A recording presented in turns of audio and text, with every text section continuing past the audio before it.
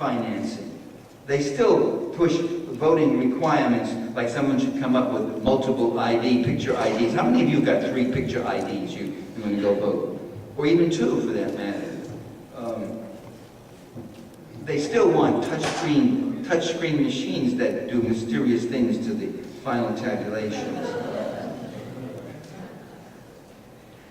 And much of the struggle in America for democracy, for the vote, for all those things, was to counteract the poverty and oppressions that capitalism had opposed. It was in reaction to the privileges and powers of the money corporate interests.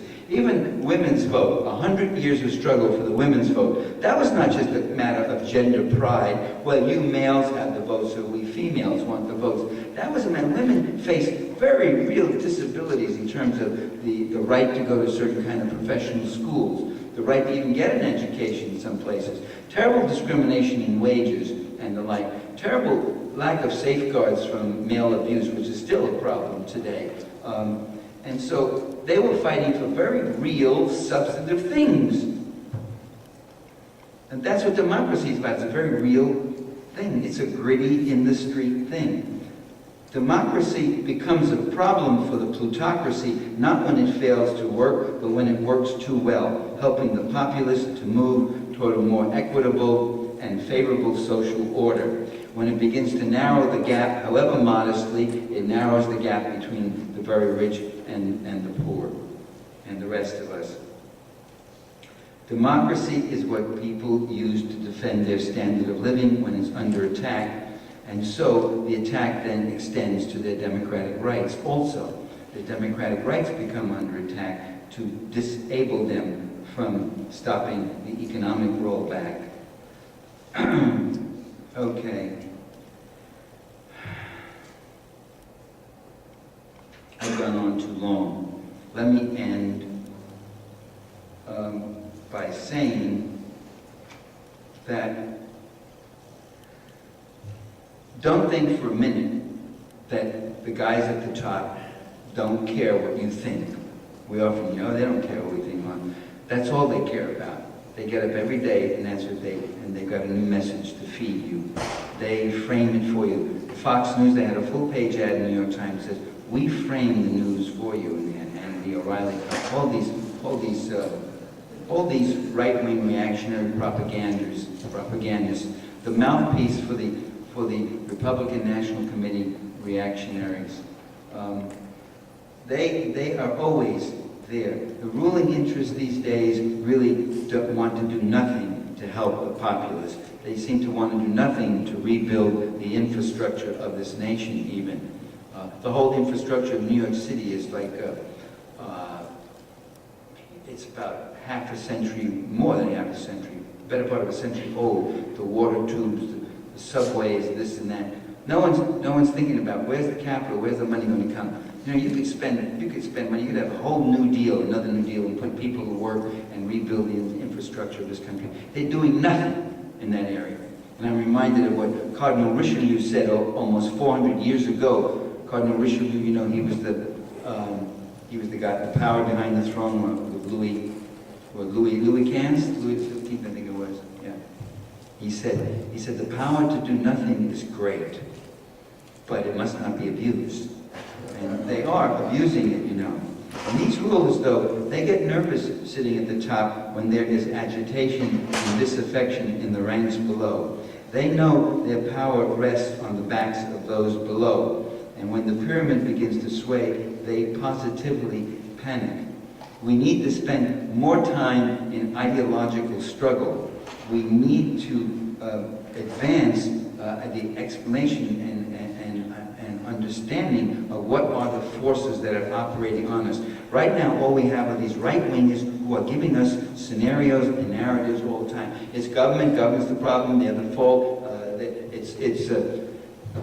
It's the welfare chiselers and the feminists and the this and that and that, and they demonize and they hit their message home again and again. And meanwhile, what the Democratic Party has is guys like Barack Obama who get up and say, "I'm going to bring us all together." And no one party has a monopoly on the wisdom. You don't hear any Republicans saying that.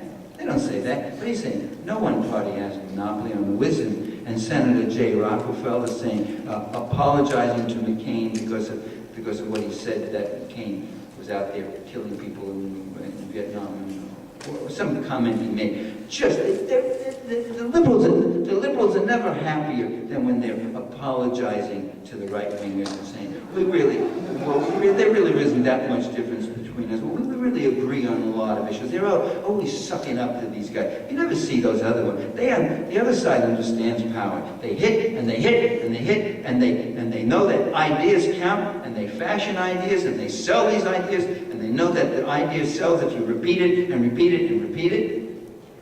And meanwhile, we got leaders in the Democratic Party whose biggest concern is popping from one little issue to another and getting themselves elected and looking like they're reasonable and moderate and not getting extreme with anybody to the left of them. God forbid, to the left of them. We've got that all on the left too. People on the left who cozy up toward the right and eschew anybody who's further left. Oh, that's too far over there. So they're always on message. The final thing is, I guess I'd have to say that the crasser and cruder and more ruthless and further that rulers get in their reactionism, the harder it becomes for them to lie about what interest they serve. The more successful they are in rolling back all our gains, the less able they are to sell this prosperity myth and say, oh, we're the richest, happiest country in the world. Yeah, mañana.